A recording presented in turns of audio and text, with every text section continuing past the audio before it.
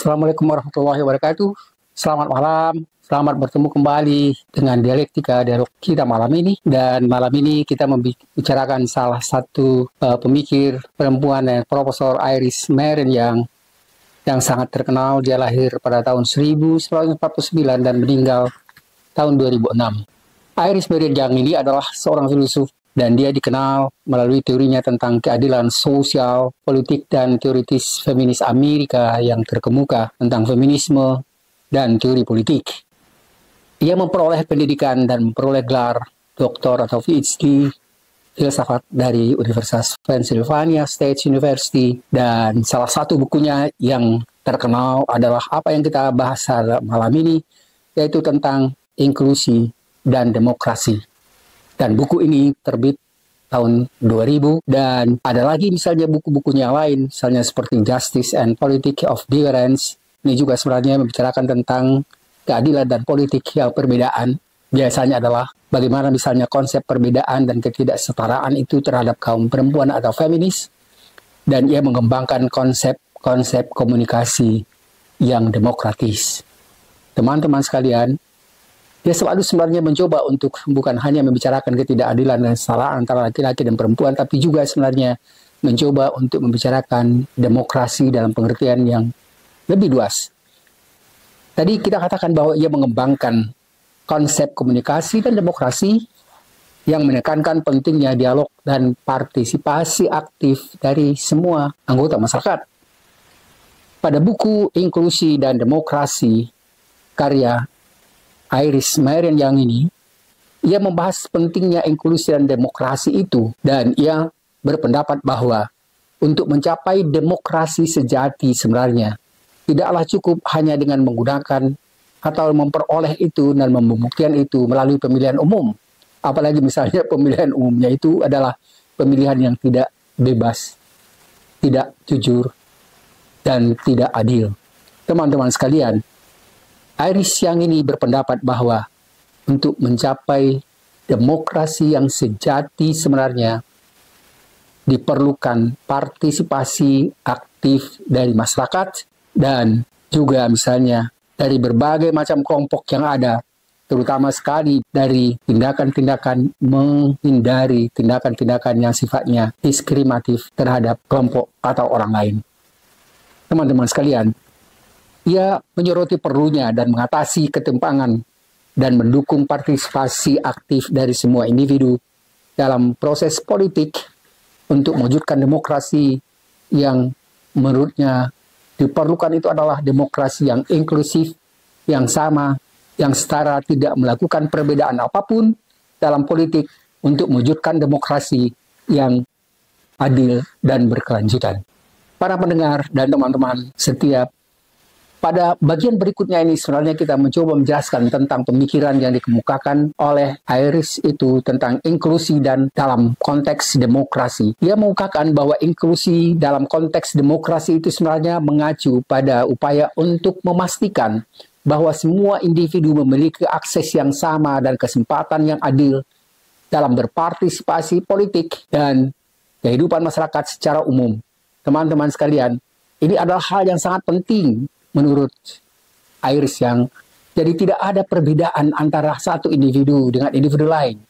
Tidak ada misalnya perbedaan antara misalnya satu kelompok dengan kelompok lain, apalagi misalnya sengaja dibedakan oleh penguasa, misalnya dengan memberikan hak istimewa pada keluarga, pada anak. Itu sebenarnya pelanggaran yang sangat luar biasa dalam pemikiran apa yang dikatakan inklusivitas dan demokrasi yang dikemukakan oleh Iris yang ini. Jadi Iris Meren yang itu mengatakan bahwa demokrasi itu memang mengharuskan adanya kesetaraan. Tidak ada perbedaan antara satu individu dengan individu lain, antara satu kelompok dengan kelompok lain, tapi semuanya diperlakukan sama. Dan tidak ada yang sengaja disingkirkan atau misalnya di luar dari pandangan-pandangan atau kelompok tertentu. Teman-teman sekalian, jadi pemikiran yang ini sebenarnya dia mengatakan satu pemikiran inklusif yang sangat penting untuk demokrasi dengan berbagai alasan yang dikemukakannya. Yang pertama misalnya dia mengatakan bahwa perlunya mewujudkan prinsip kesetaraan. Ingat, Kesetaraan itu artinya tidak ada perbedaan. Tidak ada misalnya perbedaan dengan anak seorang pemimpin dengan tidak pemimpin. Tidak ada perbedaan antara satu kelompok dengan kelompok lain. Dan demokrasi yang sejati menurutnya harus berdasarkan pada prinsip kesetaraan ini, di mana setiap individu memiliki hak yang sama untuk berpartisipasi dan mempertimbangkan terlibatannya dalam proses politik secara terbuka. Inklusi berarti memastikan bahwa hak dihormati dan diperlakukan untuk semua warga negara secara sama. Yang kedua adalah demokrasi mengatasi ketimpangan. Jadi inklusi membantu sebenarnya untuk menghindari dan mengatasi ketimpangan sosial, ekonomi, dan politik. Apalagi misalnya ketimpangan sosial, ekonomi, dan politik itu sebenarnya seperti dipelihara dan dibangun di dalam masyarakat. Dan itu sebenarnya sesuatu hal yang sangat-sangat tidak demokratis.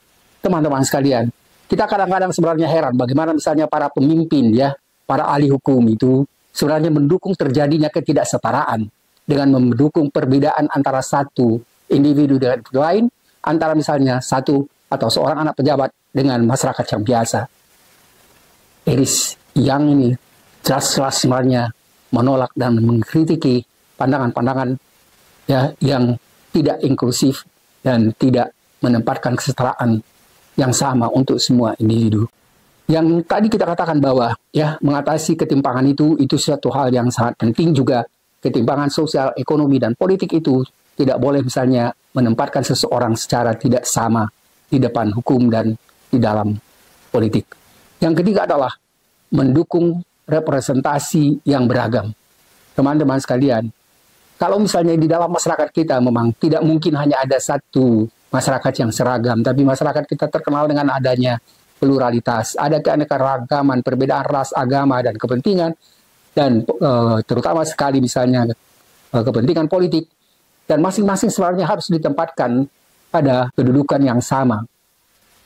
Jadi mereka misalnya memberikan dukungan dan presentasi yang beragam sesuai dengan hak dan kebebasan mereka untuk menentukan pilihan-pilihan itu.